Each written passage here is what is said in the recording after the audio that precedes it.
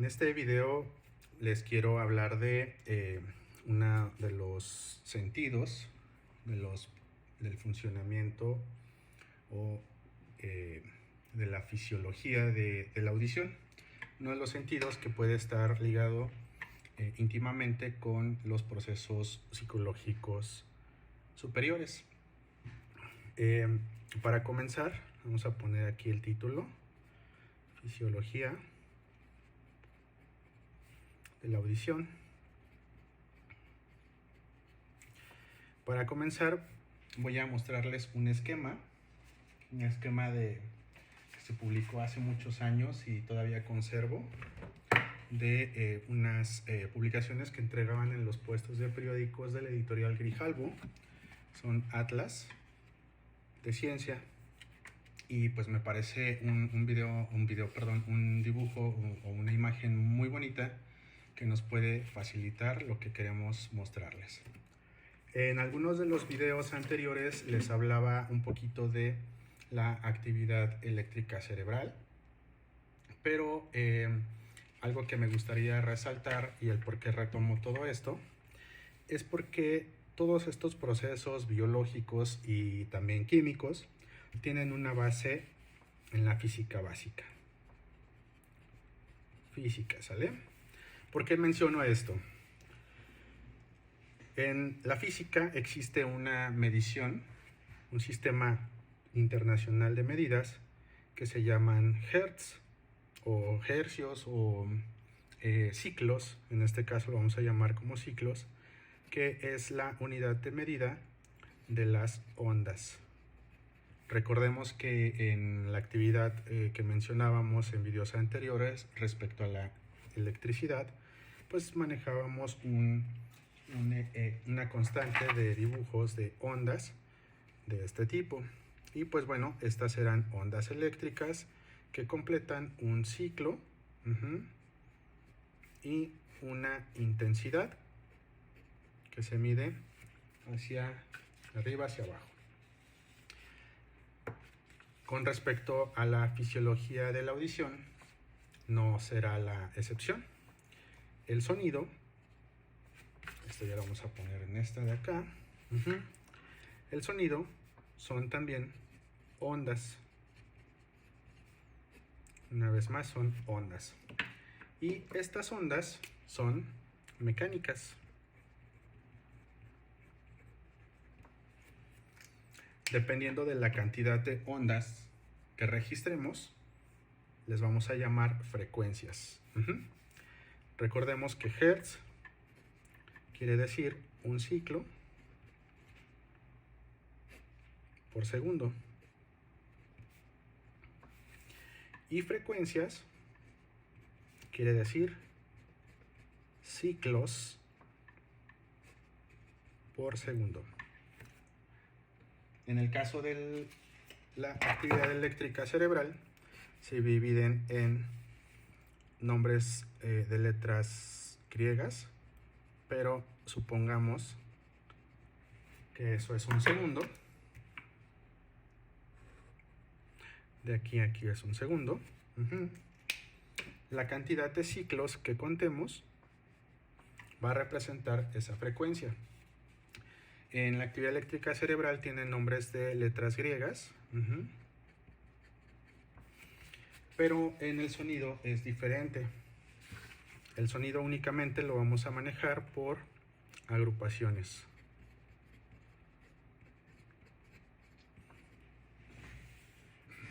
Estas son las unidades de medida de las ondas, y el volumen del sonido, el volumen se mide en decibeles.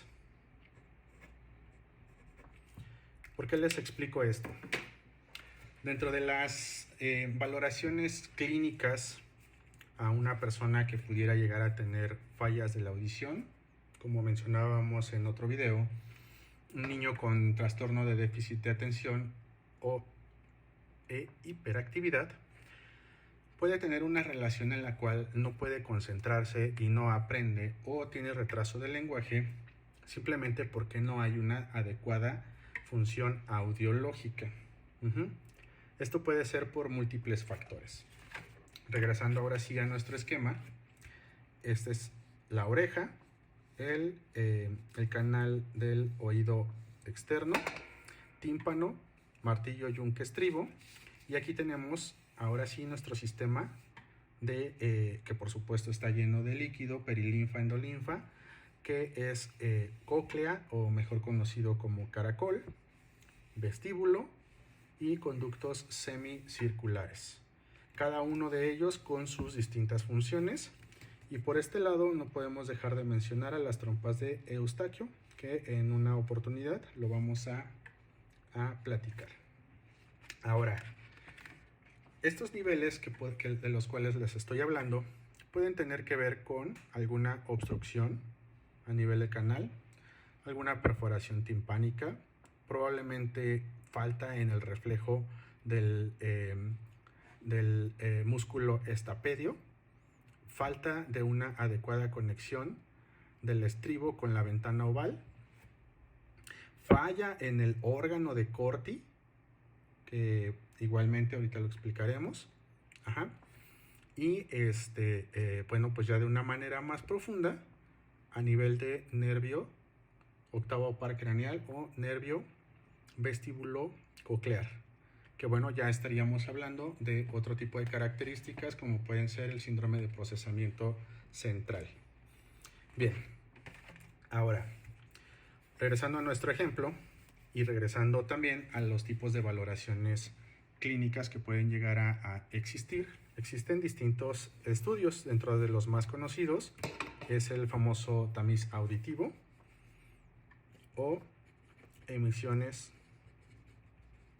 fotoacústicas, y dependiendo de las circunstancias también por producto de distorsión. Esto sería una valoración primaria, no necesariamente es determinante, pero sí nos da una guía de lo que podría llegar a estar pasando nuestro paciente. En uno de los niveles siguientes tenemos la timpanometría,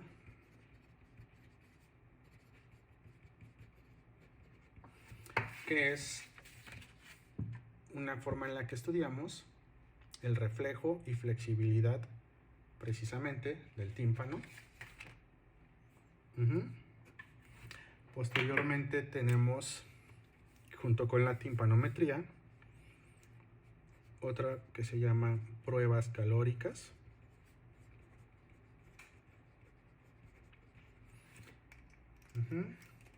También tenemos como una prueba clínica más, reflejos estapediales.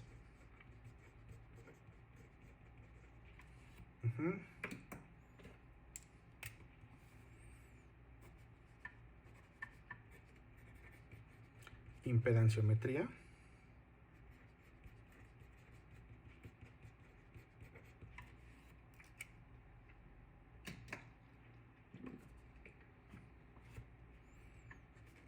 Audiometría.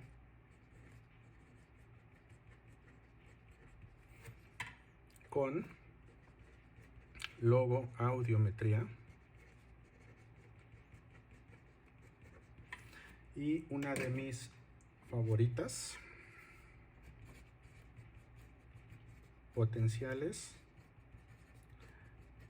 evocados auditivos de tallo cerebral.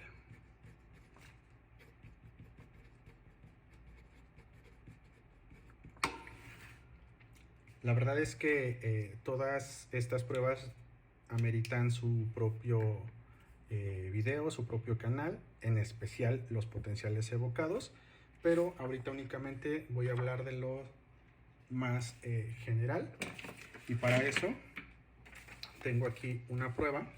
Este es un estudio, los que mencioné hace un momento.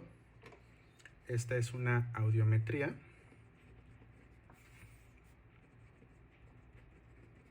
y esta es una logoaudiometría.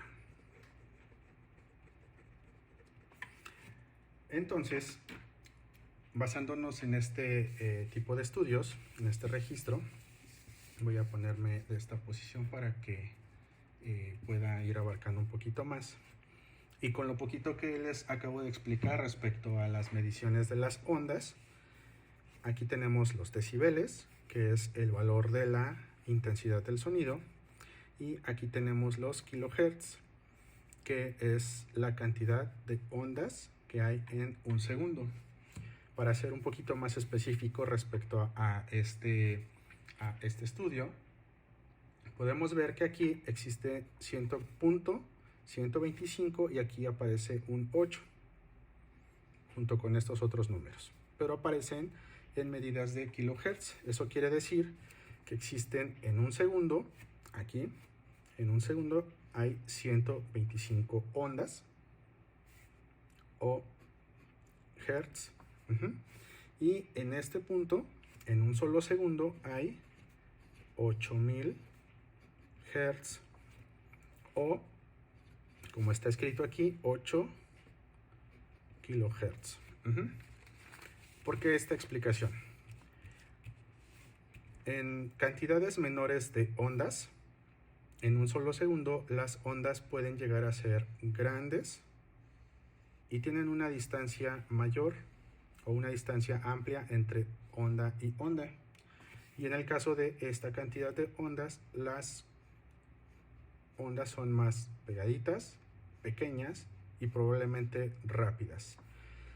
Esto nos da a entender, por supuesto, como resultado, estrictamente hablando en temas clínicos, que este es un tono o un sonido grave y este es un sonido agudo.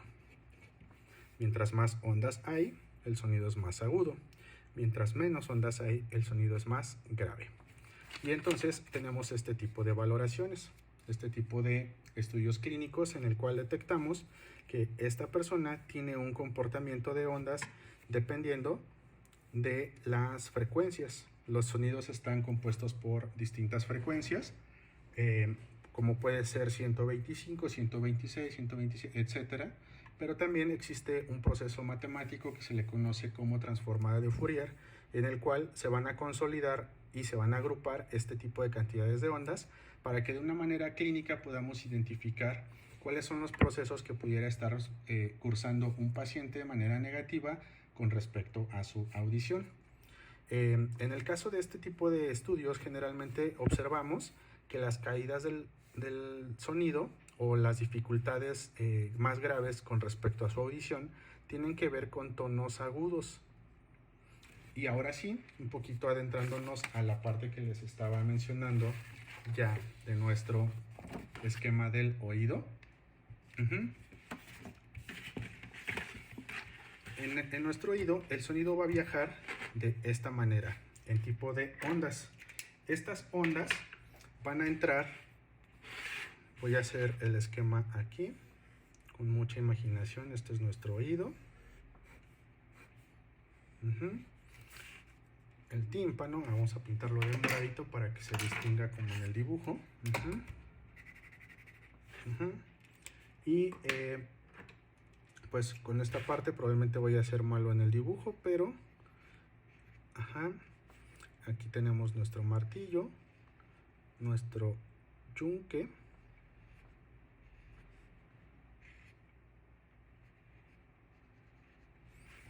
y nuestro estribo, que creo que este es más fácil todavía.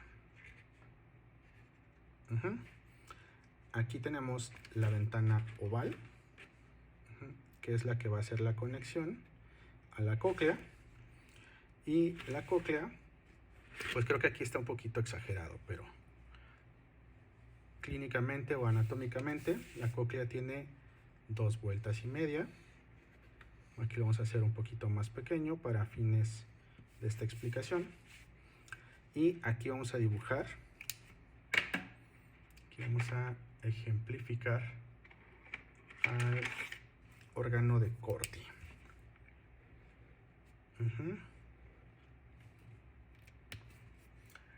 entonces el sonido viaja a través de la oreja. La oreja hace una amortiguación del impacto, porque recordemos que el sonido son ondas mecánicas y todo lo que representa una fuerza mecánica representa un desgaste a largo plazo.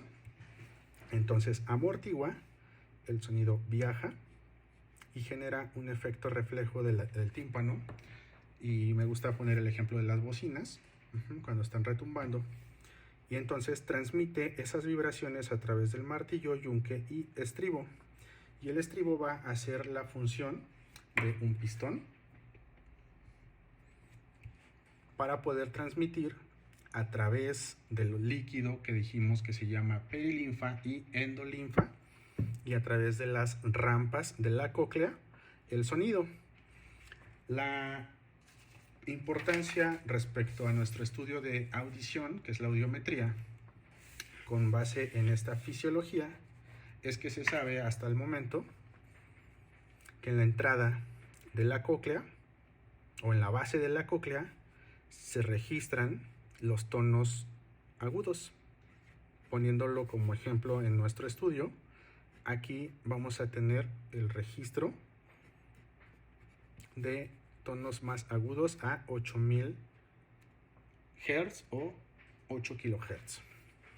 Y en el helicotrema, o la parte más alta de nuestro conito del caracol, se van a registrar los tonos más graves. Grave y agudo. De acuerdo. Por lo tanto, al ser la base de nuestra cóclea el primero que recibe el impacto de las ondas agudas, del sonido agudo, va a ser la primera zona, generalmente en perder la capacidad auditiva por desgaste, por supuesto, del tiempo. Si las cosas fueran al revés y la pérdida de la audición fuera grave, no de manera estricta, pero sí podemos sospechar que puede llegar a ser un poco más bien neurológico, ya que de esta zona del órgano de Corti, aquí lo voy a anotar para que sepan cuál es, se llama órgano de Corti, que está repleto de cilios o células ciliadas. Para hacer este ejemplo de las células ciliadas, voy a poner esta línea. Las células ciliadas van a estar dispuestas de esta manera. Por supuesto, esta es como si fuera una vista microscópica y se van a ver formadas en línea de 3.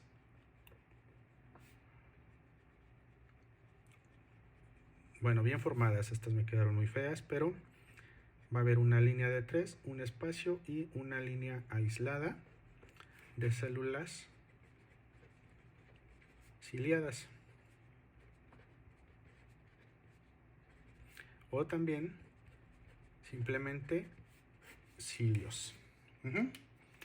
La descripción de las células ciliadas se dice que con respecto a este paso del sonido, las vibraciones que se transmiten a través de la perilinfa y la endolinfa hacen como si estuvieran danzando.